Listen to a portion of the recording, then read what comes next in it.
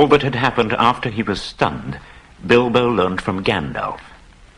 The eagles had long had suspicion of the goblins mustering, so they too had gathered in great numbers under the great eagle of the misty mountains, and at length, smelling battle from afar, they had come speeding down the gale in the nick of time. They it was who dislodged the goblins from the mountain slopes, casting them over precipices or driving them down shrieking and bewildered among their foes.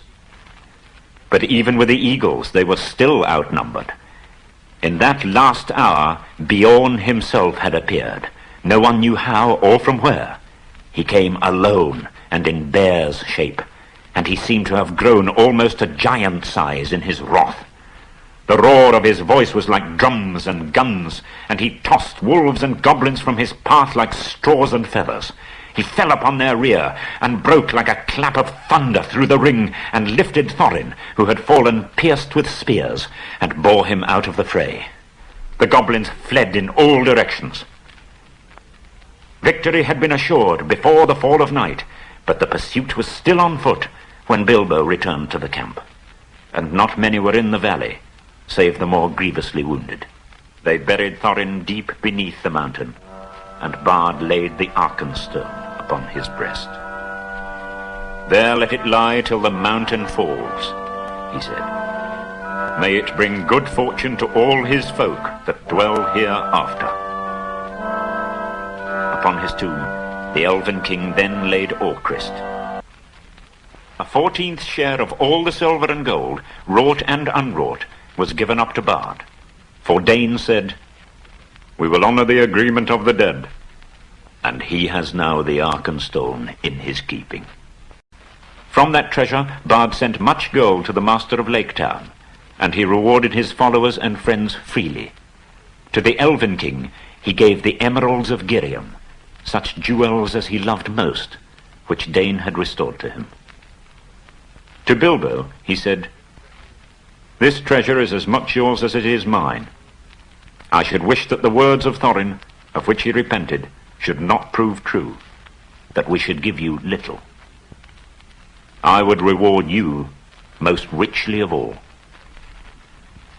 Very kind of you," said Bilbo, "but how on earth should I get all that treasure home without war and murder all along the way?" In the end, he would take only 2 small chests, one filled with silver and the other with gold, such as one strong pony could carry. "That will be quite as much as I can manage," said he. He went at last to say goodbye to his friends.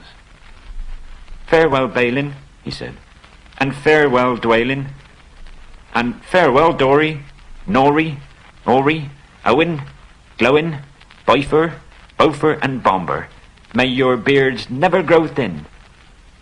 And turning towards the mountain, he added, "Farewell, Thorin Oakenshield, and Fili, and Keely. May your memory never fade." The dwarves bowed low before their gate, but words stuck in their throats. "Goodbye, and good luck, wherever you fare," said Balin at last. "If ever you visit us again, when our halls are made fair once more, then the feast shall indeed be splendid." "If ever you are passing my way," said Bilbo, "don't wait to knock. Tea is at 4, but any of you are welcome at any time." Then he turned away. Gandalf and Bilbo rode behind the Elven King, and beside them strode Beorn, once again in man's shape, and he laughed and sang in a loud voice upon the road. So they went on until they drew near to the borders of Mirkwood. "Farewell, O Elven King," said Gandalf. "Merry be the greenwood while the world is yet young, and merry be all your folk." "Farewell, Gandalf," said the king. "May you ever appear where you are most needed and least expected. The oftener you appear in my halls, the better I shall be pleased." "I beg of you," said Bilbo, stammering and standing on one foot, "to accept this gift," and he brought out a necklace of silver and pearls that Dane had given him at their parting. "In what way have I earned such a gift, O hobbit?" said the king. "Well, I thought, didn't you know," said Bilbo, rather confused, "that, some little return should be made for your, hospitality. I mean, even a burglar has his feelings." I have drunk much of your wine and eaten much of your bread.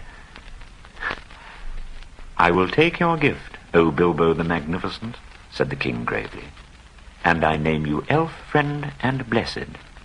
May your shadow never grow less, or stealing would be too easy. Farewell. Then the elves turned towards the forest, and Bilbo started on his long road home. By midwinter, Gandalf and Bilbo had come all the way back, along both edges of the forest, to the doors of Beorn's house. And there for a while they both stayed. Yuletide was warm and merry there, and men came from far and wide to feast at Beorn's bidding. When it was spring, and a fair one with mild weathers and a bright sun, Bilbo and Gandalf took their leave at last of Beorn. So comes snow after fire, and even dragons have their ending, said Bilbo, and he turned his back on his adventure. The Tookish part was getting very tired, and the Baggins was daily getting stronger. I wish now only to be in my own armchair. As all things come to an end, even this story, a day came at last when they were in sight of the country where Bilbo had been born and bred, where the shapes of the land and of the trees were as well known to him as his hands and toes. Coming to a rise, he could see his own hill in the distance, and he stopped suddenly and said, Roads go ever, ever on, over rock and under tree, by caves where never sun has shone, by streams that never find the sea, over snow by winter sown, and through the merry flowers of June, over grass and over stone, and under mountains in the moon. Roads go ever, ever on, under cloud and under star, yet feet that wandering have gone turn at last to home afar. Eyes that fire and sword have seen, and horror in the halls of stone, look at last on meadows green, and trees and hills they long have known. Gandalf looked at him. My dear Bilbo, he said, something is the matter with you. You are not the hobbit that you were. They crossed the bridge and passed the mill by the river and came right back to Bilbo's own door.